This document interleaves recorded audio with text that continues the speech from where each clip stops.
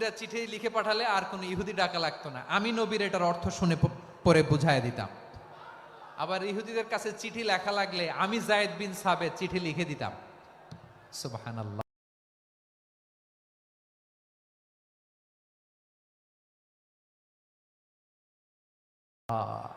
দেখেন, এত সাহাবীর মধ্য থেকে বিশ্বনবীর একাডেমিক প্রজেক্ট, ব্যক্তিগত সচিব, দোভাষী হিসেবে তিনি যায়েদ বিন সাবেতের মতো তরুণকে নির্বাচিত করেছেন। কেমন ট্যালেন্ট হান্টার ছিল আমার নবী। সুবহানাল্লাহ পড়বেন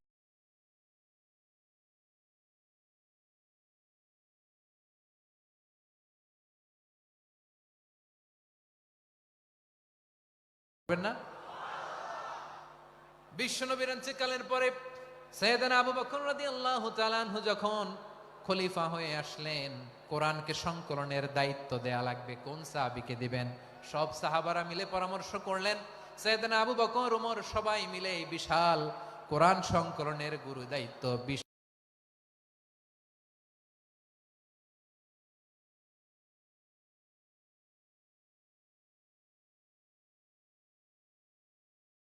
বিশ্বনবীর ব্যক্তিগত সচিব, বিশ্বনবীর দোভাষী, বিশ্বনবীর সিলেক্ট করাই লোক যায়েদ ইবনে সাবেত রাদিয়াল্লাহু তাআলা আনহুকে দিয়েছে।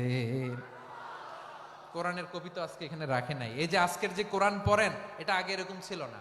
কোরআন নাজিল হলে সাহাবারা চামড়ার, ওটের চামড়ায় লিখে ফেলতো, ওটের চ্যাপ্টা হাড্ডির মধ্যে লিখে ফেলতো, গাছের গুড়ির মধ্যে লিখে ফেলতো, বিভিন্ন জনের কাছে ছড়ানো ছিটানো ছিল। আবু বকর রাদিয়াল্লাহু তাআলা আনহু একসাথে করলেন, পরবর্তীতে উসমান রাদিয়াল্লাহু তাআলা আনহু একসাথে করলেন। 114 সূরার এখন এই মুসহাফ, এই কম্পাইলেশন, এই কপি আমরা পেয়েছি, যার হিউজ কন্ট্রিবিউশন ছিল। এই পুরো কোরআন কম্পাইলেশনের প্রজেক্ট ম্যানেজার ছিল যায়েদ বিন সাবেত রাদিয়াল্লাহু তাআলা আনহু। কোরআন কম্পাইলেশনের প্রজেক্ট ম্যানেজার। দেখেন, ওনারে মাথায় হাত দিয়ে আজান শিখায় নাই। সুবহানাল্লাহ কইবেন না? তাহলে প্রথম সাহাবী আবু মাহজুরাকে মুয়াজ্জিন বানাইলেন, যায়েদ বিন সাবেতকে ব্যক্তিগত সচিব আর দোভাষী বানালেন, মুসআব ইবনে উমাইর রাদিয়াল্লাহু তাআলা আনহুকে ইসলামের প্রথম অ্যাম্বাসেডর বানালেন। তাহলে তৃতীয় নাম্বার একজন সাহাবীর নাম বলছি, মুসআব ইবনে উমাইর। মুসআব কি নাম? নামটা কেমন লাগে? এই কয়েকজনের ভাল লাগে, বাকিদের ভাল লাগে না? ভাল লাগে? এই এই আর কয়েকটা মিনিট দেওয়া যাবে না আমাকে আল্লাহর রাস্তে? হ্যাঁ, ঠিক আছে। আমি তোমাদেরকে ভালোবাসা দেখাবো, দোয়া করব যদি চুপ থাকো, একেবারে চুপ, কষ্ট সহ্য করো। বাকিরে যা সওয়াব পাবে তোমরা ডবল পাবা, যেহেতু কষ্ট বেশি, কিন্তু চুপ। 3 নাম্বার সাহাবীর নাম মুসআব। এই ধাক্কাধাক্কি কেন? ধাক্কাধাক্কি কেন রে ভাই? না না না, এরকম হইলে আসবো না যশোর, আমি আর আসবো না। হয় পিছনে চলে যাও, নাহলে চুপ, ধাক্কাধাক্কি নাই। 3 নাম্বার সাহাবীর নাম মুসআব। কি নাম? He was the first ambassador in Islam. ইসলামের প্রথম ডিপ্লোমাট, প্রথম কূটনৈতিক, ইসলামের প্রথম কূটনৈতিক, ইসলামের প্রথম ডিপ্লোমাট, প্রথম অ্যাম্বাসেডর মুসআব ইবনে উমাইর। মক্কার তরুণ যুবক, উনি পারফিউম লাগাইলে মানুষ দেখলেই বুঝতো এটা মুসআব লাগাইছে। এমন ড্যাশিং ফেসের ছিল, এমন স্মার্ট ড্যাশিং ফেস, এমন পার্সোনালিটির মানুষ ছিল মুসআব রাদিয়াল্লাহু তাআলা আনহু। কারণ যিনি ইসলামের স্পোকম্যান হবেন, মুখপাত্র হবেন, তার স্মার্ট হওয়ার দরকার আছে না নাই? আকাবার প্রথম শপথ যখন হলো, তাদের সাথে বিষ্ণু ইসা ইসলাম মদিনাতে একজন মুখপাত্র পাঠালেন, ডিপ্লোমাটকে পাঠালেন, অ্যাম্বাসেডর অফ ইসলাম। তিনি হচ্ছেন মুসআব ইবনে উমাইর। পড়েন সুবহানাল্লাহ। বিশ্বনবী দেখলেন সে অনেক স্মার্ট, তার ডেডিকেশন আছে, সিনসিয়ারিটি আছে, এবং মদিনায় যে আউস খাজরাজ গোত্রের নেতাদের সাথে ডিল করতে হবে, ইহুদিদের সাথে ডিল করতে হবে, ওখানে একজন পাক্কা জানু খেলোয়াড়ের দরকার আছে না নাই? মুসআব ইবনে উমাইর রাদিয়াল্লাহু তাআলা আনহু, ওনাকে বিষ্ণু ইসা ইসলাম চুজ করলেন। এবং বিষ্ণু ইসা ইসলামের এই চুজিংটা, এই সিলেকশনটা এত সুন্দর ছিল, তিনি মদিনাতে যে বিশ্বনবী আসার আগেই মদিনার জমিনকে তিনি উর্বর করে ফেলছেন। প্রতিটা ঘরে ঘরে কালিমার দাওয়াত তিনি পৌঁছায় দিচ্ছেন। জুমার বিধান নাজিল হয়েছে, কিন্তু মক্কায় পরিবেশ নাই জুমা পালনের। বিষ্ণু ইসা ইসলাম একজনকে দিয়ে খবর পাঠালেন, যাও মদিনায় মুসাবকে যে বলো, মুসাব তো আমার শিক্ষক, আমার স্পোকম্যান, মদিনাতে যেন তারা জুমা কায়েম করে। বিশ্বনবীর আগেই মুসাব মদিনার মুসলিমদেরকে নিয়ে মদিনায় প্রথম জুমা কায়েম করে ফেলছে। কোন সুবহানাল্লাহ। ডিপ্লোম্যাটদের কেমন হইতে হয়, অ্যাম্বাসেডারের কেমন হইতে হয়, মুসাব রাদিয়াল্লাহু তাআলা আনহুর কাছ থেকে শিখে নাও। মুসাব নামটা কেমন লাগে? যশোর যাদের সন্তান হবে, ছেলে সন্তান, আমার রাস্তায় পাইলি সবাই জিজ্ঞেস করে, হুজুর একটা নাম দেন, আমার ছেলে হবে। যশোরবাসীর জন্য আমি একটা নাম দিয়ে দিলাম, নাম রাখতে হবে মুসাব। কি নাম? নামটা যাদের ভাল লাগে, ছেলে সন্তান অনাগত আসবে, মনে চাইলে নাম রেখে দিবেন মুসাব রাদিয়াল্লাহু তাআলা আনহুর নামে মুসাব। তাহলে মুসাব রাদিয়াল্লাহু তাআলা আনহুকে বিশ্বনবী ল্যাঙ্গুয়েজ শিখান নাই, সফট স্কিল শিখান নাই। জায়েদ রাদিয়াল্লাহু তিনি হিব্রু ল্যাঙ্গুয়েজ শিখেছেন, সুরিয়ানি শিখেছেন, কিন্তু মুসাবকে তিনি বানিয়েছেন the spokesman of Islam, the first diplomat, the ambassador of Islam. সুবহানাল্লাহ পড়বেন না? আব্দুল্লাহ ইবনে আব্বাস রাদিয়াল্লাহু তাআলা আনহু বিশ্বনবীর কাজিন, চাচাতো ভাই। আবার মাইমুনা রাদিয়াল্লাহু তাআলা আনহু, মাইমুনা নবীর স্ত্রী, তিনি ছিলেন আব্দুল্লাহর আপন খালা। তো নবীর বউ যদি ওনার খালা হয়, নবী তার কি? বুঝে নাই, নবী তার কি? খালু। তাহলে সম্পর্ক অনেক গভীর, কাজিন আবার খালু। ছোট্ট মানুষ, তাই রাতে মাঝে মাঝে ঘরে থাকতো। বিশ্বনবী দেখলেন আব্দুল্লাহ যেহেতু আমার ঘরে ঢুকতে পারে, আব্দুল্লাহরে এই উম্মতের বড় শিক্ষাবিদ বানাইতে হবে। কথা বোঝে নাই? আব্দুল্লাহকে কি বানাইতে হবে? শিক্ষাবিদ, এডুকেটর অফ দিস উম্মাহ, এই উম্মার শিক্ষাবিদ বানাইতে হবে। তাই আব্দুল্লাহ ইবনে আব্বাসকে বিশ্বনবী হাতে কলমে শিক্ষা দিয়েছেন। আহারে, আর এরপরে যে কি ভাষা আসবে তোমাদের জন্য আমার মুখ থেকে আমি নিজেও জানি না, আমি নিজেও জানি না। 1 ঘন্টা যাবত ধাক্কা ধাক্কি মারামারি। তো আসতে বলছে কে তোমাকে? পেছনে চলে যাও, জায়গা না পেলে। পুরো প্রোগ্রামটাই নষ্ট করে দিল।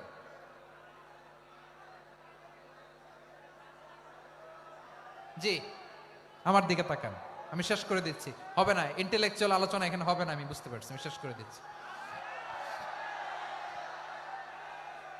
আব্দুল্লাহ ইবনে আব্বাস রাদিয়াল্লাহু তাআলা আনহু, মনোযোগ দিয়ে কয়েকটা মিনিট শুনুন, আমি এখনই শেষ করে দিচ্ছি। এরপর আওয়াজ করবে, এই যে এগুলো কি আমি বুঝলাম না। আমি বললাম না সব করা যাবে, বসে যাও, শুয়ে যাও, চলে যাও, আওয়াজ করা যাবে না। অন্যকে বসো এটাও বলার দরকার নাই, জাস্ট এদিকে তাকাও। আল্লাহ। আব্দুল্লাহ ইবনে আব্বাস রাদিয়াল্লাহু তাআলা আনহু, ওনাকে বিশ্বনবী হাতে কলমে শিক্ষা দিয়েছেন, যেহেতু উম্মতের শিক্ষাবিদ হবেন, এডুকেটর হবেন। তো বিশ্বনবী রাতে যখন তাহাজ্জুদ পড়তেন, ছোট্ট আব্দুল্লাহ ঘরে থাকতো। বুঝতে পেরেছেন? ছোট্ট মানুষ তো ঘরে থাকতো। তো বিশ্বনবী তাহাজ্জুদের জন্য একবার দাঁড়িয়েছেন, ছোট্ট আব্দুল্লাহ ওযু করে দাঁড়াইছে। আচ্ছা বলেন তো, ইমাম আর মুসল্লি মোট যদি 2 জন হয়, একজন ইমাম একজন মুসল্লি, তো মুসল্লি ইমামের কোন দিকে দাঁড়াবে? ডানে দাঁড়াবে। ছোট্ট আব্দুল্লাহ বুঝে নাই, বিশ্বনবী তাহাজ্জুদ শুরু করেছেন, উনি ইক্তেদা করছেন আর দাঁড়াইছেন বায়ে। কোথায় দাঁড়িয়েছেন? আব্দুল্লাহ বলেন, যখন আমি বায়ে দাঁড়ালাম, আখাযা রাসূলুল্লাহ সাল্লাল্লাহু আলাইহি ওয়াসাল্লাম উযুনি আল ইউমনা ইয়াফতিলুহা, বিশ্বনবী নামাজরত অবস্থায় আমার কান ধরে টেনে আমার ডান দিকে এনে দাঁড় করায় দিলেন। পড়েন সুবহানাল্লাহ। দেখেন, হাতে কলমে শিক্ষা। আর জীবনে ভুল হবে? কথা কয় না, আর ভুল হবে? আর ভুল হবে না। এভাবে বিশ্বনবীর অনেক সঙ্গ পেয়েছেন, সফর করেছেন, একই বাহনে বসেছেন, এক বাহনে বসে লম্বা নাসিহত করেছেন, বলেছেন, ইয়া গোলাম ইহফাজিল্লাহ ইয়াহফাজকা, ইহফাজিল্লাহ তাজিদহু তুজাহাক, ইযা সাআলতা ফাসআলিল্লাহ ওয়া ইযা ইসতাআনতা ফাসতাইন বিল্লাহ। আল্লাহর বিধান মানো, আল্লাহর বিধান রক্ষা করো, আল্লাহ তোমায় রক্ষা করবে। আব্দুল্লাহ, চাইতে হলে আল্লাহর কাছে চাও, সাহায্য চাইতে হলে আল্লাহর কাছে সাহায্য চাও। মনে রাখো, গোটা বিশ্বের সবাই যদি তোমার সাহায্য করতে চায়, ততটুকুই করতে পারবে যতটুকু আল্লাহ তোমার নসিবে রেখেছে। গোটা বিশ্ব যদি তোমার বিরুদ্ধে ষড়যন্ত্রে দাঁড়িয়ে যায়, ক্ষতি ততটুকু করতে পারবে যতটুকু তোমার জন্য বরাদ্দ আছে। এর বাইরে কিছু করতে পারবে না। আওয়াজ করে বলেন ঠিক কিনা? এভাবে হাতে কলমে শিখিয়েছেন, বিশ্বনবী সঙ্গ পেয়েছেন। উনাকে বিষ্ণু ইসলাম শিক্ষাবিদ, এডুকেটর অফ দিস উম্মাহ হিসেবে সিলেক্ট করেছেন, হাতে কলমে শিখিয়েছেন। বিশ্বনবী একবার প্রকৃতির ডাকে সাড়া দিয়ে এসেছেন। এখন কি করতে হবে? নামাজের জন্য অজু করতে হবে। বিশ্বনবী এসেই দেখেন অজুর বদনায় পানি ভরা, খুশি হয়ে গেলেন। বললেন, কে রেখেছে পানি? একজন বলল, আব্দুল্লাহ রেখেছে। বিশ্বনবী অত্যন্ত খুশি হলেন। খুশি হয়ে একটা দোয়া করলেন, বললেন, আল্লাহুম্মা ফাক্কিহু ফিদ্দীন ওয়া আল্লিমহু তা'ওয়ীল। আল্লাহ, তুমি আব্দুল্লাহকে দ্বীনের বুঝ দিও আর কোরআনের তাফসীর শিক্ষা দিও। বিশ্বনবীর এই দোয়া এমন লাগছে, উনি রঈসুল মুফাসসিরিন, এই পৃথিবীতে যত মুফাসসির ছিল, যত মুফাসসির আসবে, সকল মুফাসসিরের সম্রাট হিসেবে স্বীকৃত হয়েছেন আব্দুল্লাহ ইবনে আব্বাস। বিশ্বনবী ওনারে আজান শিখান নাই, বিশ্বনবী ওনারে ল্যাঙ্গুয়েজ শিখান নাই, বিশ্বনবী ওনারে অ্যাম্বাসাডর বানান নাই, হাতে কলমে শিক্ষা দিয়েছেন। ছোট্ট মানুষ বিশ্বনবী ইন্তেকাল করলেন। আবু বকরের সময় গেল, ওমরে ফারুকের খেলাফত, তখনও তিনি তরুণ। ওমরে ফারুক রাদিয়াল্লাহু তাআলা আনহু ওনার ক্যাবিনেট মিনিস্ট্রির বৈঠকে এই আব্দুল্লাহ ইবনে আব্বাসকে পাশ দিয়ে বসায় রাখতেন। বয়স্ক সাহাবারা এটা পছন্দ করতো না। তারা বলতো, ঘটনা কি? আব্দুল্লাহর মতো ছেলে নাতি আমাদের আছে, এরা কেন রাখে ওমরে ফারুক? ওমরে ফারুক এটা টের পেলেন। তিনি বুঝতে পারলেন যে ক্যাবিনেট মেম্বাররা এটা পছন্দ করে না, ছোট্ট আব্দুল্লাহরা কেন রাখি, কেন যে রাখি, এটা একদিন বুঝাবো। একদিন মিটিং এ তিনি সবাইকে বললেন, ইদা জাআ নাসরুল্লাহি ওয়াল ফাতহ। এই আয়াত দ্বারা উদ্দেশ্য কি বলেন তো মুরব্বী সাহাবীরা? এক সাহাবী বলেন, এই সূরা দ্বারা উদ্দেশ্য, আল্লাহ বলেছেন আমাদেরকে বিভিন্ন ল্যান্ড, বিভিন্ন এলাকা বিজয় করতে হবে। ওমরে ফারুক বললেন, না, হয়নি। আরেকজন বললেন, বিজয় হওয়ার পর আমাদের বেশি বেশি আল্লাহর বরত্বের ঘোষণা দিতে হবে, এটা উদ্দেশ্য। ওমরে ফারুক বললেন, না, হয় নাই। যারা জিজ্ঞেস করেন কেউ পারে না। সব শেষে বিশ্বনবী ছোট্ট আব্দুল্লাহরে বলেন, আব্দুল্লাহ, ইদা জা নাসরুল্লাহি ওয়াল ফাত, এর দ্বারা উদ্দেশ্য কি বলো তো? ছোট্ট আব্দুল্লাহ বলেন, হুয়া আজালু রাসূলিল্লাহ। এই আয়াত দ্বারা বিশ্বনবীর বিদায়কে উদ্দেশ্য নেওয়া হয়েছে। ওমরে ফারুক বললেন, হাযা হুয়া, এটাই তো সঠিক উত্তর, এটাই সঠিক তাফসীর এই আয়াতের। কারণ ইদা জা নাসরুল্লাহি ওয়াল ফাত, যখন আল্লাহর সাহায্য আর বিজয় আসবে, ওয়া রাআইতান নাসা ইয়াদখুলুনা ফি দীনিল্লাহি আফওয়াজা, আপনি দেখবেন দলে দলে, ঢলে ঢলে, বানের পানির মতো মানুষ ইসলামের দিকে ঢুকতেছে। ইসলামের বিজয় হয়েছে। তো ইসলামের বিজয়ের মিশন নিয়ে নবী আসছে। বিজয়ী যখন হয়ে গেছে, এখন তো নবীর বিদায় হবে। জোরে বলেন ঠিক কিনা? কোন সাহাবী এই সূক্ষ্ম কথাটা ধরতে পারে নাই, ওই আব্দুল্লাহ ছাড়া। আব্দুল্লাহ যখন উত্তর দিছে, সব সাহাবীদের টনক নড়েছে। এরপর থেকে কোনো ক্যাবিনেট মিটিং এ আর কোন সাহাবারা কোনো প্রশ্ন করে নাই, আওয়াজ করে পড়েন সুবহানাল্লাহ। বিশ্বনবী আব্দুল্লাহ ইবনে আব্বাসকে দ্য এডুকেটর অফ দ্য উম্মাহ, উম্মার শিক্ষাবিদ হিসেবে গ্রহণ করেছেন। আওয়াজ করে পড়তে হবে আল্লাহু আকবার। সাহাবীদের নামগুলো মনে থাকবে? এক নম্বরে আবু মাহজুরা, মুয়াজ্জিন বানাইছেন। যায়েদ ইবনে সাবিত, দোভাষী, ট্রান্সলেটর অফ প্রফেট, এবং তিনি ছিলেন বিশ্বনবীর ব্যক্তিগত সচিব। Musab ibn Umair, the first ambassador and diplomat of Islam. Abdullah ibn Abbas, এই উম্মার সবচেয়ে বড় এডুকেটর, শিক্ষাবিদ। আরেকজন ছিল আব্দুল্লাহ ইবনে মাসউদ রাদিয়াল্লাহু তাআলা। দুই আব্দুল্লাহ, আব্বাস গেল, আরেকজন হচ্ছে মাসউদ। মক্কার তরুণ, ছাগল পালতো মুশরিকের। বিশ্বনবী আর আবু বকর রাদিয়াল্লাহু তাআলা আনহু একবার গেলেন, যে দেখে এই তরুণ দাঁড়ায় আছে। বিশ্বনবী বলেন, আমি খুব ক্ষুধার্ত, তোমার কাছে কি দুধ আছে ছাগলের? আব্দুল্লাহ ইবনে মাসউদ বলে, আছে। ওয়ালাকিন আনা মুতামান, কিন্তু যে দুধ আছে এটা আমানতের, আমি দিতে পারবো না। বিশ্বনবী এইটা শুনেই তারা টার্গেট করে ফেলছে। আনা মুতামান, দুধ আছে কিন্তু এটা আমার মালিকের, আমি তো দহন করে পেট ভরে খেলেন। এই দৃশ্য আব্দুল্লাহ ইবনে মাসউদের হৃদয়ে দাগ কাটলো। এই মুজিজা দেখে তিনি বললেন, আশহাদু আল্লা ইলাহা ইল্লাল্লাহ ওয়া আশহাদু আন্না মুহাম্মাদুর রাসূলুল্লাহ। তিনি ষষ্ঠ মুসলিম ছিলেন, 6 নম্বর মুসলমান। ওনাকে টার্গেট করে বিশ্বনবী দেখলেন এমন ইন্টেলেকচুয়াল ব্রেন, উনি সূক্ষ্ম সূক্ষ্ম জিনিস বুঝে বেশি, ফিকহি জ্ঞান ওনার মধ্যে বেশি। বিশ্বনবী ওনাকে কোরআনের জ্ঞান শিক্ষা দিতে লাগলেন। উনি বিশ্বনবী সবার কাছে কোরআন শোনায়, কিন্তু বিশ্বনবী নিজে আব্দুল্লাহ ইবনে মাসউদের কাছ থেকে কোরআন শুনতো। বিশ্বনবী একবার বললেন, ইকরা আলাইয়া ইয়া মাসউদ। ইবনে মাসউদ, একবার শোনাও তো কোরআন দেখি। আব্দুল্লাহ ইবনে মাসউদ বলে, আকরাউ আলাইকা ওয়া আলাইকা উনজিল। নবী, আপনার উপর কোরআন নাজিল হয় আর আমি আপনার সামনে কোরআন পড়ব। বিশ্বনবী বললেন, ইন্নী উহিব্বু আন আসমাআহু মিন গায়রি। আমি নিজে পড়তে যেমনি ভালোবাসি, অন্যে পড়ুক আমি শুনবো, এটাও আমি ভালোবাসি। সূরা নিসা তিনি তেলাওয়াত করে শুনিয়েছেন। এমন সূক্ষ্ম সূক্ষ্ম বিষয় বিশ্বনবী উনাকে ধরিয়ে দিয়েছেন। উনি হয়ে গিয়েছেন, আব্দুল্লাহ ইবনে আব্বাস হয়েছেন রাইসুল মুফাসসিরিন, উনি হয়ে গিয়েছেন ফাকিহুল উম্মাহ। ওনার চাইতে বড় ফকি এই পৃথিবী আর দেখবে না। চিল্লায় বলেন সুবহানাল্লাহ। উনি বলতেন, ওয়াল্লাহি ওয়াল্লাহি ইল্লাযী লা ইলাহা গায়রু মা উনজিলাত সূরাতুন মা উনজিলাত সূরাতুন ইল্লা ওয়া আনা আ'লামু আইনা উনজিলাত ওয়া ফিমা উনজিলাত। বিশ্বনবী এমন ভাবে কোরআনের দার্স আমাকে দিয়েছেন, কোরআনে যত সূরা নাজিল হয়েছে, যেখানে নাজিল হোক না কেন আমি জানি এটা কোথায় নাজিল হয়েছে এবং কোন প্রেক্ষাপটে নাজিল হয়েছে। এমন একটা সূরা নাই যে সূরার কোথায় নাজিল হয়েছে আমি মাসুদের জানা নাই, কোন প্রেক্ষাপটে নাজিল হয়েছে আমার জানা নাই। এরকম ঘটবে না, চিল্লায় বলেন আল্লাহু আকবার। এই আব্দুল্লাহ ইবনে মাসউদ রাদিয়াল্লাহু তাআলা আনহু ওমর ফারুকের সময় কুফার চিফ জাস্টিস ছিলেন। কুফা নগরীর চিফ জাস্টিস। চিফ জাস্টিস বুঝেন নাই? বিচারপতি। কি ছিলেন? সবাই বলে নাই কি ছিলেন? বিচারপতি ছিলেন। এবং ওনার যে ফিকহি জ্ঞানের ধারা, এটাই আলকামা, ইব্রাহিম আন-নাখাই, হাম্মাদ ইবনে সুলাইমান হয়ে ইমাম আবু হানিফা পর্যন্ত পৌঁছেছে। এবং ওনার ফিকহি জ্ঞানের ধারাই হানাফি মাযহাবে অ্যাকসেপ্ট হয়েছে। আজও এগুলো হানাফি মাযহাবে চর্চিত হয়। হানাফি মাযহাবের সব ফিক আব্দুল্লাহ ইবনে মাসউদের ফিকহি জ্ঞানের ধারা থেকে নেওয়া হয়েছে। চিল্লায় পড়েন সুবহানাল্লাহ। তাহলে উনাকে বিশ্বনবী বানিয়েছেন জুরিস্ট, জুরিস্ট, আইনবিদ, ফকিহ। উনারে আজান শিখান নাই। হিউম্যান রিসোর্স ডেভেলপমেন্ট কিভাবে করবেন, মানব সম্পদের উন্নয়ন কিভাবে করতে হয়, কিভাবে যার যেখানে প্রতিভা কাজে লাগাতে হয় উনি দেখিয়েছেন। সুবহানাল্লাহ পড়বেন না? খালিদ বিন ওয়ালিদ নাম শুনছেন? কে কে শোনেন নাই হাত তোলেন। কি ছিলেন? বীর যোদ্ধা। বীর যোদ্ধা ছিলেন খালিদ বিন ওয়ালিদ। কিন্তু তিনি ইসলাম ধর্ম গ্রহণ করেছেন অনেক দেরিতে, 8ম হিজরিতে।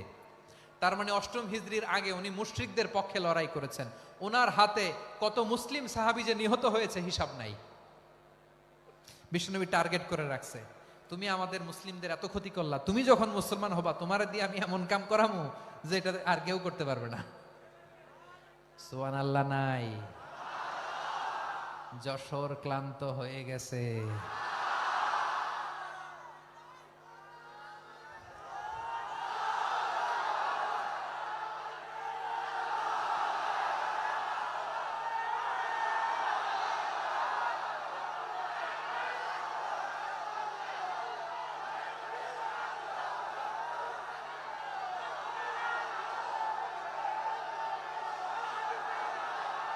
মাশাআল্লাহ, বসুন বসুন বসুন।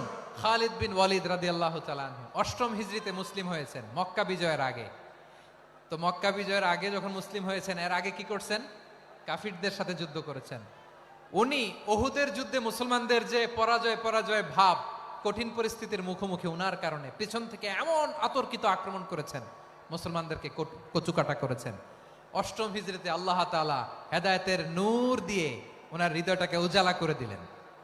লা ইলাহা এটা এমন বাণী যার হৃদয়ে একবার টাচ খাবে, এইটা থেকে সে আর পালিয়ে বেড়াতে পারে।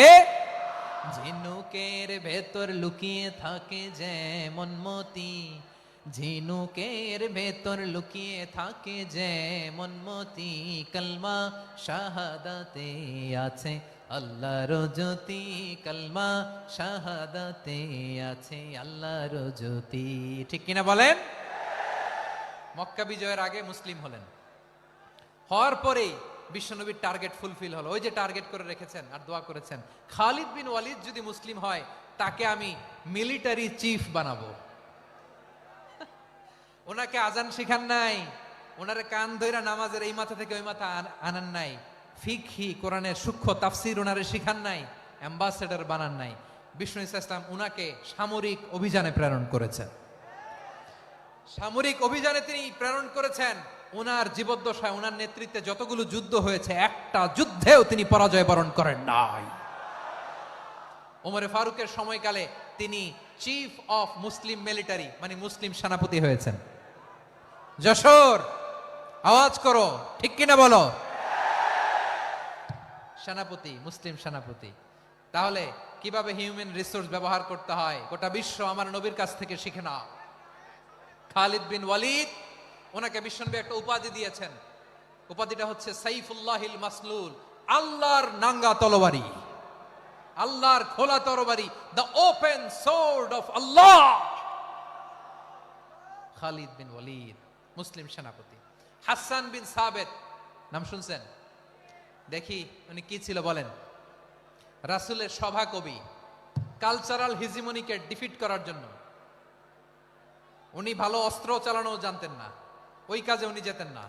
ওনার ছিল কাব্য প্রতিভা। কাব্য প্রতিভা, কাফিররা কবিতা দিয়ে নবীকে গালি দিত।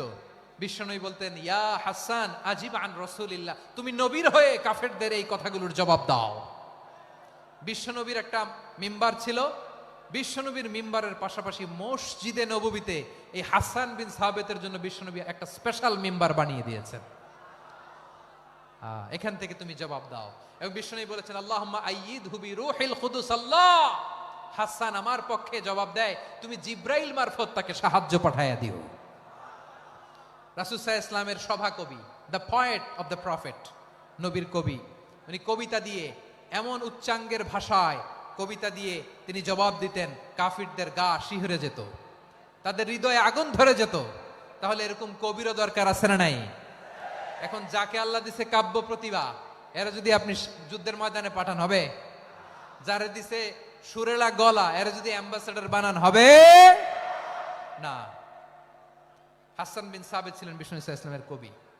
হুযায়ফা ইবনুল ইয়ামান বিশ্বনবীর গোয়েন্দা বিভাগের প্রধান। কিসের প্রধান? হুযায়ফা ইবনুল ইয়ামান। ওনার ছিল ডিটেকটিভ মাইন্ড, ডিটেকটিভ মাইন্ড, গোয়েন্দা বিভাগের প্রধান। এবং উনি হচ্ছেন সাহিবু সিররি রাসূলিল্লাহ, রাসূল সাল্লাল্লাহু আলাইহি ওয়াসাল্লামের গোপন তথ্যের ধারক বাহক। নবীর যেই কথা কেউ জানে না, সব হুযায়ফার পেটের ভিতরে ছিল। সুবহানাল্লাহ পড়েন। মদিনার যত ইহুদি, ইহুদিদের একটা লিস্ট ছিল, এই লিস্ট শুধু দুইজন জানতো, বিশ্বনবী আর হুযায়ফা।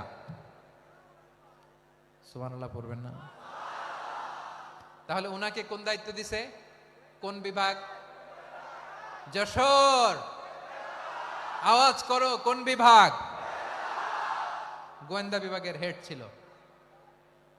খন্দকের যুদ্ধে প্রচন্ড আজকের মতো শৈত্য প্রবাহ, মাটি খনন করতে করতে সাহাবীদের পেটে ক্ষুধা নাই, দাঁড়াইতে পারে না নামাজের জন্য, এত ক্লান্ত, ক্ষুধা, ক্লান্ত, শ্রান্ত। বিশ্বনবী বললেন, কে আছো? এই কঠিন শীত, এই ভয় আর ক্ষুধার মধ্যেও খন্দকের পরীক্ষার টপকে শত্রু শিবিরে যে আমাকে তথ্য দিবা, কে আছো? কারো গায়ে শক্তিই নাই যে দাঁড়াবে, কেউ দাঁড়ায় না। বিশ্বনবী তখন নিজে হুযায়ফাকে ডাক দিলেন, হুযায়ফা, যে আমাকে আজকে শত্রু শিবিরের তথ্য এনে দিবে, সে জান্নাতে আমার মোরাফাকা, আমার সঙ্গী হবে। হুযায়ফা রাদিয়াল্লাহু ইবনুল ইয়ামান জীবনের ঝুঁকি নিয়ে এই ক্ষুধা, শৈত্য প্রবাহ, কোল্ড ওয়েভসকে উপেক্ষা করে পরীক্ষা টপকে শত্রু শিবিরে যে সবার কথাগুলো চুপে চুপে শুনে বিশ্বনবীর দরবারে এসে গোয়েন্দাদের মতো তথ্য সরবরাহ করেছে। বিশ্বনবীর গোয়েন্দা বিভাগের প্রধান হুযায়ফা ইবনুল ইয়ামান ইন্টেলিজেন্স বিভাগ চালাতেন। মুনাফিকদের নাম ওনার কাছে ছিল। মুআয ইবনে জাবাল মদিনা রাষ্ট্রের সবচেয়ে সিনিয়র আমলা ছিলেন। আমলাতন্ত্র চিনেন তো? প্রশাসনিক কাজ যারা চালায়, অ্যাডমিনিস্ট্রেশন বুঝেন না? The department of administration. মদিনার রাষ্ট্রের সিনিয়র আমলা মুআয ইবনে জাবাল মুতাখাসসিসুন ফিল হালালি ওয়াল হারাম, হালাল হারামের স্পেশালিস্ট ছিলেন। বিশ্বনবী উনাকে ইয়ামানের গভর্নর করে পাঠাইছেন। বলেছেন, ইন্নাকা তা'তি কওমান আহলা কিতাব, এমন গোষ্ঠীর কাছে যাবা এরা ইহুদি নাসারা, আগে শাহাদা পড়লে এরপরে নামাজের দাওয়াত দিও, নামাজ পড়লে যাকাতের দাওয়াত দিও। গভর্নরের অ্যাটিটিউড যেমন থাকে তেমন অ্যাটিটিউড ধরে রেখো। সুবহানাল্লাহ পড়েন।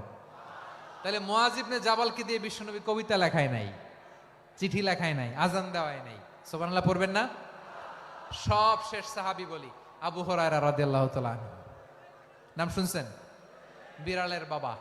কি করতেন? খালি হাদিস মুখস্থ করতেন। উনি বলতেন, আলজামু রাসূলুল্লাহ আলা মিল ইবাতনি, আমার শুধু পেটের ক্ষুধার বন্দোবস্ত হইলে আমি নবীর সঙ্গ ছাড়তাম না। আমার আনসার সাহাবারা ক্ষেত খামারের কাজ করতো, আমার মুহাজির সাহাবারা ব্যবসা করতো, আর আমি নবীর সাথে সাথে থাকতাম। শুধু সকাল বিকাল দুই বেলা যদি আমার খাবারের বন্দোবস্ত হয়, আমি আর নবীর লক ছাড়ি না। সুবহানাল্লাহ কইবেন না? 5374টা হাদিস তিনি বর্ণনা করেছেন। সবচেয়ে বেশি হাদিস বর্ণনাকারী সাহাবী।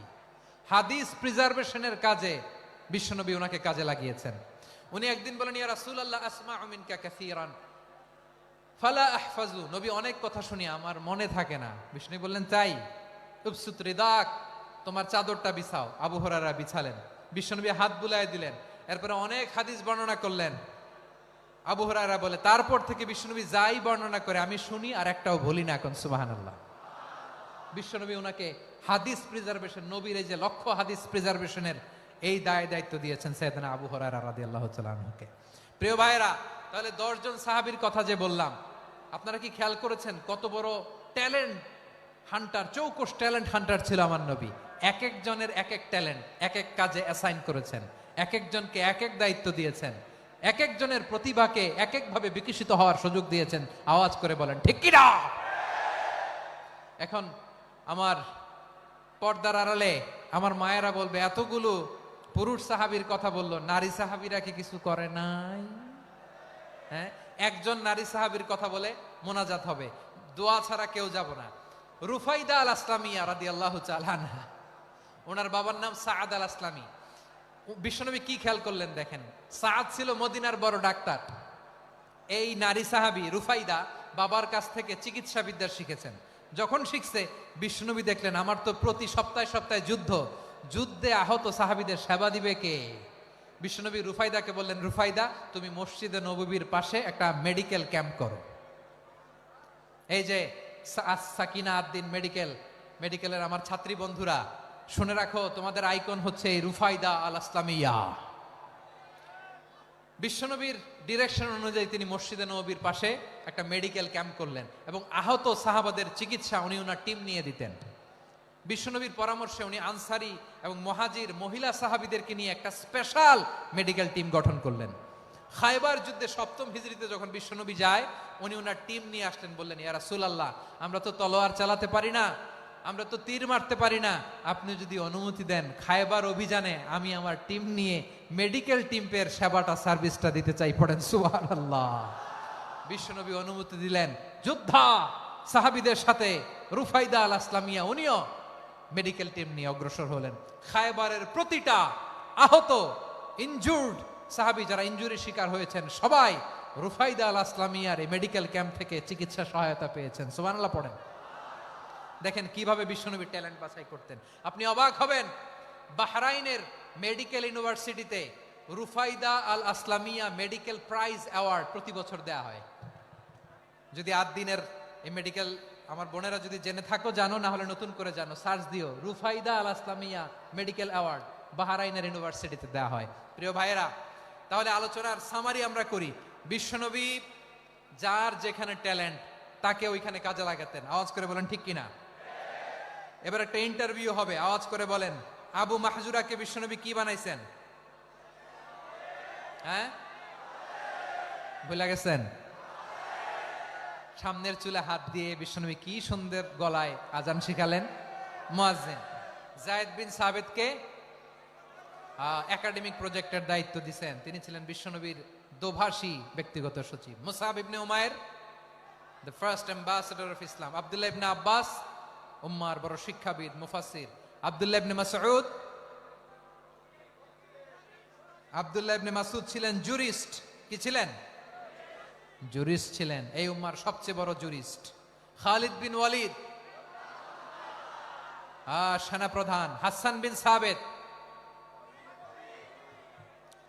সাবিত ছিলেন বিশ্বনবীর সভাকবি। কি ছিলেন? বিশ্বনবীর সভাকবি ছিলেন। এরপরে হুযায়ফা ইবনুল ইয়ামান কি ছিলেন? গোয়েন্দা বিভাগের প্রধান। মুআয ইবনে জাবাল কি ছিলেন?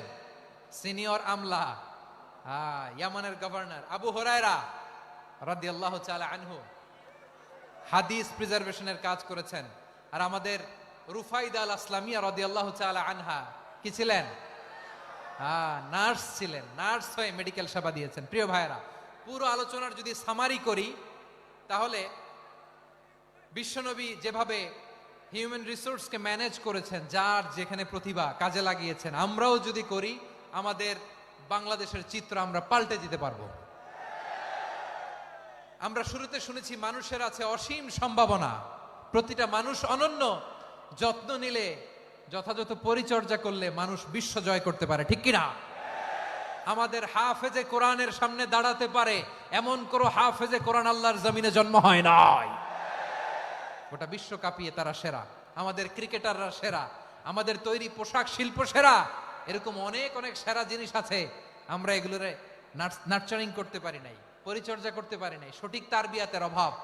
তাহলে মানুষের অসীম সম্ভাবনাকে কাজে লাগাতে হবে, ঠিক কিনা বলেন? ইউনুস গভর্নমেন্টকে আমি বলবো, অল্প সময়ের জন্য আপনারা এসেছেন, সংস্কারও করতে হবে, আবার নির্বাচনও করতে হবে। সব সংস্কার হয়তো করতে পারবেন না, যতটুকু পারবেন এর মধ্যে আমাদের যে হিউজ ম্যান পাওয়ার, আমাদের যে মানব সম্পদ, হিউম্যান রিসোর্স, এটাকে ডেভেলপ করে আপনাদের যেতে হবে। যেটা পারবেন না সেটাকে পরবর্তী নির্বাচিত গভর্নমেন্টের কাছে রেখে যেতে হবে, যে তারা যেন করে, তাদের কাছে আপনারা এটা রেখে যাবেন। তাহলে মানুষ চাইলে বিশ্ব জয় করতে পারে, আর মানুষকে হারাতে পারে কেউ? জোরে বলো যশোর, মানুষকে হারাতে পারে কেউ? আল্লাহ আমাদেরকে জনসংখ্যা দিয়েছেন প্রিয় ভাইয়েরা, এই জনসংখ্যা অনেক বড় সম্পদ, এটা আমাদের জন্য অভিশাপ নয়, আশীর্বাদ। আমাদের জনসংখ্যাকে যদি আমরা জনশক্তিতে রূপান্তর করতে পারি, আজকে বাংলাদেশ যে অবস্থানে দাঁড়িয়ে আছে, বাংলাদেশ তার 20 গুণ উন্নতির শিখরে চলে যাবে। চিল্লায় বলো ঠিক কিনা? আমাদের শ্রমিক ভাইয়েরা বাইরে কাজ করে, আমাদের শ্রমজীবী ভাইয়েরা, প্রবাসীরা, তাদের ব্যাপারে গুরুত্ব দিতে হবে। আমাদের শ্রমের দাম সবচেয়ে কম, সবচেয়ে কম। তারা এম্বাসিতে গুরুত্ব পায় না, এয়ারপোর্টে গুরুত্ব পায় না। এই সরকার অবশ্য তাদেরকে অনেক গুরুত্ব দিচ্ছে। আমাদের অদক্ষ শ্রমিককে যখন আমরা দুবাই পাঠাই, অল্প বেতন পায়, কিন্তু ইন্ডিয়ানরা দক্ষ শ্রমিক পাঠাইলে তার 3 গুণ বেতন পায়। আমরা আমাদের শ্রমিকদেরকে অদক্ষ ভাবে আর পাঠাতে চাই না, দক্ষ শ্রমিক পাঠিয়ে আমরা রেমিটেন্সের বন্যা বইয়ে দেব। আমাদের শ্রমিকদের পাঠানো রেমিটেন্সের টাকায় সচল থাকে আমার দেশের অর্থনীতির চাকা। তাদেরকে সবচেয়ে গুরুত্ব দিতে হবে। আমরা পেয়েছি ফ্রিডম ফাইটার, মুক্তিযোদ্ধা, আর আমার প্রবাসী ভাইরা হচ্ছে রেমিটেন্স ফাইটার। জোরে বলো ঠিক কিনা? তাহলে আমাদের এই জনশক্তিকে জনসম্পদে ট্রান্সফর্ম করতে হবে, ঠিক কিনা বলেন? সরকার জনগণকে এভাবে পলিশ করতে হবে। মা বাবারা ছেলে মেয়েদের মধ্যে কার কোন যোগ্যতা, তাকে ওইভাবে কাজে লাগাতে হবে। সবার এ প্লাস পাওয়ার কোনো দরকার নাই। আমাদের দেশে একটা টেন্ডেন্সি আছে, পরীক্ষায় এ প্লাস না পাইলে কই তুই কি করলি, পাশের বাড়ির ছেলে এ প্লাস পাইছে, যা ওর পা ধোয়া পানি খা। কি খা? তা আমি ভাবছি যে পা ধোয়া, এ প্লাস পাওয়া ছেলেদের পা ধোয়া পানির একটা পানির ব্র্যান্ড বানাইতে হবে, এরকম লেখা থাকবে, এ প্লাস পাওয়া ছেলেদের পা ধোয়া পানি। খাওয়া নাই, এগুলার খাওয়া নাই। ওরে আল্লাহ এ প্লাস পাওয়ার জন্য বানাইছে, আর আপনার ছেলেকে এই এ প্লাস গুলারে নিয়ন্ত্রণ করার জন্য আল্লাহ বানাইছে। ওকে দিয়ে আল্লাহ কি করবে আপনি জানেনই না। একটা এ প্লাস, একটা এ গ্রেড, একটা মানুষের জীবনকে ঠিক করে দিতে পারে না। আপনার ছেলেকে আল্লাহ অন্যদিকে যোগ্যতা দিয়েছে। ওদের মনোবল ভাঙবেন না, খবরদার, খবরদার। ছেলে মেয়েদের মনোবল ভাঙবেন না। যাকে দিয়ে যেটা হবে তাকে দিয়ে সেটা করতে হবে, তার প্রতিভাকে সেভাবে কাজে লাগাতে হবে। তাহলে বাংলাদেশ, আমাদের এই জনসংখ্যা জনসম্পদে রূপান্তরিত হবে। আমাদের সরকারের তত্ত্বাবধানে আমাদের 18 কোটি জনগণ দক্ষ জনশক্তিতে রূপান্তরিত হোক, আমরা চাই কি চাই না? আমরা ভালো মানুষ, শ্রেষ্ঠ মানুষ হতে চাই কি চাই না? ওই জাপানিজদের মতো সৎ, ওই ইউরোপিয়ানদের মতো কালচার্ড, আমাদেরকে আল্লাহ তাআলা কোরআন সুন্নাহ অনেক কিছু দিয়েছেন। যেহেতু বর্তমানে আমরা দেখছি তারা সৎ, তাদের মধ্যে ভ্যালু আছে, সেগুলো আমাদের মধ্যে আনার দরকার আছে না নাই? আর ইসলাম দিয়ে আমাদের জীবনকে সাজাতে হবে, ইসলাম দিয়ে আমার পরিবারকে সাজাতে হবে। ইসলাম থেকে, কোরআন থেকে প্রেসক্রিপশন না নিলে জীবন সুন্দর হবে না। কোরআন থেকে প্রেসক্রিপশন না নিলে সমাজ সুন্দর হবে না। কোরআনের প্রেসক্রিপশন না মানলে রাষ্ট্র সুন্দর হবে না। কোরআনের প্রেসক্রিপশন অ্যাপ্লাই না করলে শুধু দুর্নীতি দমন কমিশন দিয়ে দুর্নীতি বন্ধ করা যাবে না। এজন্য কোরআনের আইন আমরা চাই কি চাই না? প্রিয় ভাইয়েরা, হিউম্যান রিসোর্স ডেভেলপমেন্ট, মানব সম্পদের উন্নয়ন, আমাদের সরকার যেন এদিকে নজর দেয়। আমরা যেন এই ব্যাপারে যত্নবান হয়ে উঠি। যাকে আল্লাহ যে যোগ্যতা দিয়েছে, এই যোগ্যতা দিয়ে আমরা যেন ইসলামের জন্য, দেশের জন্য কাজ করি। আমরা যেন আমাদের স্কিল ডেভেলপ করি, আমাদের পটেনশিয়ালকে ডেভেলপ করি। মোরালিটি, ভ্যালিউজ নিয়ে শায়েখ আহমদুল্লাহ আলোচনা করেছেন, এগুলো দিয়ে যেন আমরা আমাদেরকে সাজাই। আল্লাহ তাআলা আমাদের দেশকে তুমি নিরাপদ করো, আমরা পড়ি আমিন। আল্লাহ আমার 18 কোটি জনগণকে তুমি জনশক্তিতে রূপান্তরিত করো, আমিন। আল্লাহ আমরা হাতে হাত রেখে, কাঁধে কাঁধ মিলিয়ে, ভাইয়ে ভাইয়ে যেন এই দেশকে গড়তে পারি, আল্লাহ তুমি তৌফিক দান করো, আমরা পড়ি আমিন। আমার প্রিয় মহিউদ্দিন ভাই বলেছেন, হুজুর এমন একটা ঘোষণাপত্র দিয়ে যাবেন আজকের এই ঐতিহাসিক যশোরের প্রোগ্রামে, যেটা গোটা বাংলাদেশে মানুষ এটার উপর আমল করে। আমি যে কথাটা বলেছি এটাই, আসুন আমরা আমাদের জনসংখ্যাকে জনসম্পদে ট্রান্সফর্ম করি। আমাদের জনসংখ্যাকে আমরা যেন জনশক্তিতে রূপান্তরিত করি। জনসংখ্যাকে ট্রান্সফর্ম করে জনশক্তি দিয়ে আমরা যেন আগামীর বাংলাদেশ, স্বাধীন বাংলাদেশ 2.0 কে গড়ে তুলি। আল্লাহ তাআলা আমাদের সবাইকে কথাগুলো বোঝার আমল করার তৌফিক দান করুন। এই জেনজি, ক্ষমা করে দিও আমাকে, অনেক ধমক দিছি, বকা দিছি। আল্লাহ তোমাদেরকে করুক, কবুল করুক, যশোরবাসীকে কবুল করুক, আদ দিনকে কবুল করুক, এই মেডিকেল কলেজকে কবুল করুক, ইসলামের জন্য বাদ ভাঙা এই জোয়ার এবং উচ্ছ্বাসকে আল্লাহ তাআলা কবুল করুক। হাদা মা ইনদি ওয়াল ইলমু ইনদাল্লাহ আলাইহি তাওয়াক্কালতু ওয়া ইলাইহি উনীব। সুবহানাকাল্লাহুম্মা বিহামদিকা আশহাদু আল্লা ইলাহা ইল্লা আনতা আস্তাগফিরুকা ওয়া আতুবু ইলাইক। আল্লাহুম্মা আমিন। ربنا ظلمنا أنفسنا وإن لم تغفر لنا وترحمنا لنكونن من الخاسرين. ربنا آتنا في الدنيا حسنة وفي الآخرة حسنة وقنا عذاب النار. ও বিশাল আকাশের মালিক, বিশাল জমিনের মালিক, তোমার আকাশ বাতাসের তুলনায় আমাদের হাত দুইটা বড় ছোট্ট রে আল্লাহ। ছোট দুটি হাত পেতে বুক ভরা আশা নিয়ে তোমার শাহী দরবারে চেয়ে রইলাম।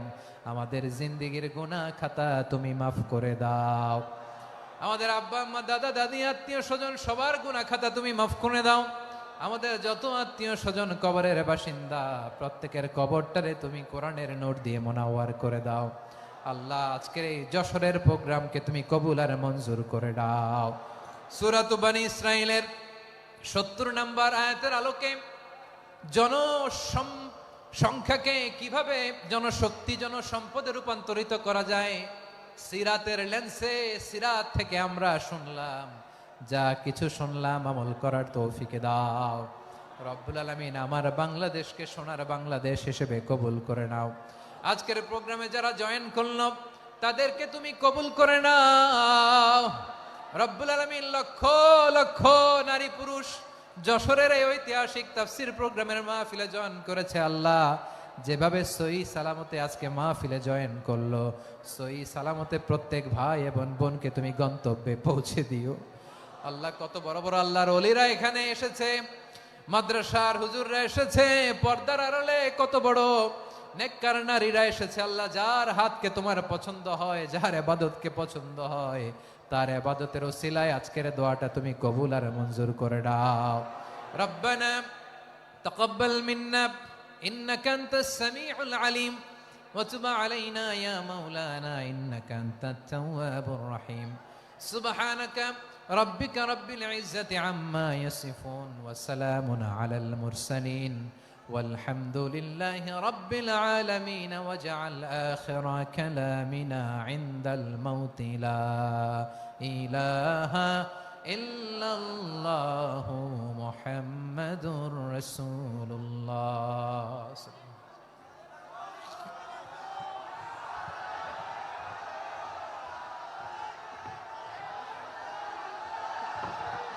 ভাইরা একটু আস্তে আস্তে আমরা বের হয়ে যাই, আস্তে আস্তে বের হয়ে যাই।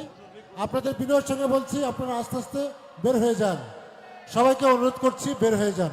আর যাদের বাচ্চারা খুঁজে পাচ্ছেন না, বাচ্চাগুলো আমাদের কাছে আছে, আমরা খুঁজছি, আপনারা পরে যাবেন।